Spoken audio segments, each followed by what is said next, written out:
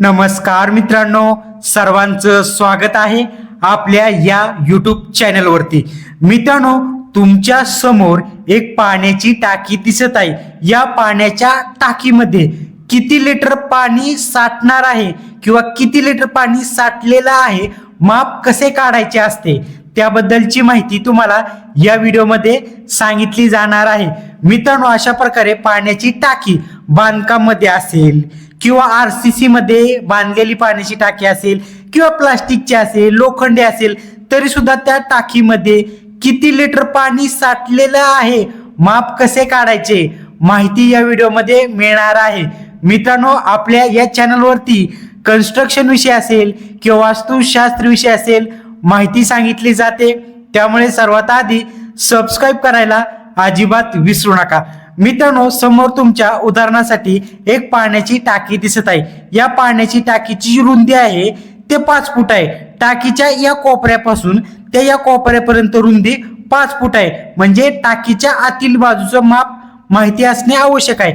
आणि या टाकीची जी लांबी आहे ते या कोपऱ्यापासून ते या कोपऱ्यापर्यंत टोटल 8 फूट लांबी आहे।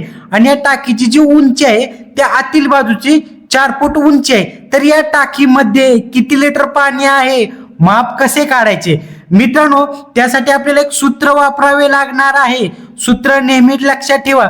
सूत्र आहे लांबी गुणिले रुंदी गुणिले उंची। मित्रांनो, सुरुवातीला आपल्याला या टाकीचं घनफूट काढावे लागणार आहे। घनफूट काढण्यासाठी सूत्र कोणते वापरावे लागणार आहे? लांबी गुणिले रुंदी गुणिले उंची हे सूत्र आहे। लांबी किती आहे? 5 फूट आहे। लांबी किती आहे? 8 फूट आहे। रुंदी किती आहे? 5 फूट आहे। आणि उंची किती आहे? 4 फूट आहे। तर या टाकीचं सुरुवातीला आपण घनफूट काढूया आणि नंतर आपण किती लिटर पाणी बसणार आहे ते तुम्हाला सांगतो। मित्रांनो, लांबी किती आहे? 5 फूट आहे, ते टाका। त्यानंतर रुंदी किती आहे? 8 फूट आहे, ते टाका। त्यानंतर उंची किती आहे? 4 फूट आहे, ते टाका। सिंपल तुम्हाला या सर्वांचा गुणाकार करायचा आहे। 5 गुणिले 8 गुणिले 4 उत्तर किती येणार आहे? उत्तर टोटल 160 घनफूट येणार आहे। म्हणजे या टाकीचं या मापानुसार घनफूट किती आलेलं आहे? 160 घनफूट आलेलं आहे। समजले? तुम्हाला जे माप आहे टाकीचं त्याचं तुम्हाला लांबी गुणिले रुंदी गुणिले उंची करायचं आहे, तुम्हाला टाकीचं घनफूट मिळून जाईल।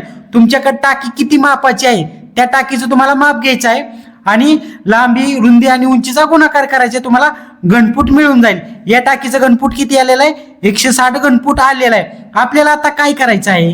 एक घनफूट मध्ये 28.31 लिटर पाणी बसतं, हे तुम्हाला लक्षात ठेवायचं आहे। एक घनफूट मध्ये 28.31 लिटर पाणी बसतं। या टाकीचं घनफूट किती आलं होतं?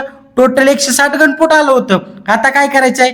160 गुणिले 28.31 बरोबर गुणाकार करायचा आहे। उत्तर किती येणार आहे? उत्तर येणार आहे 4529।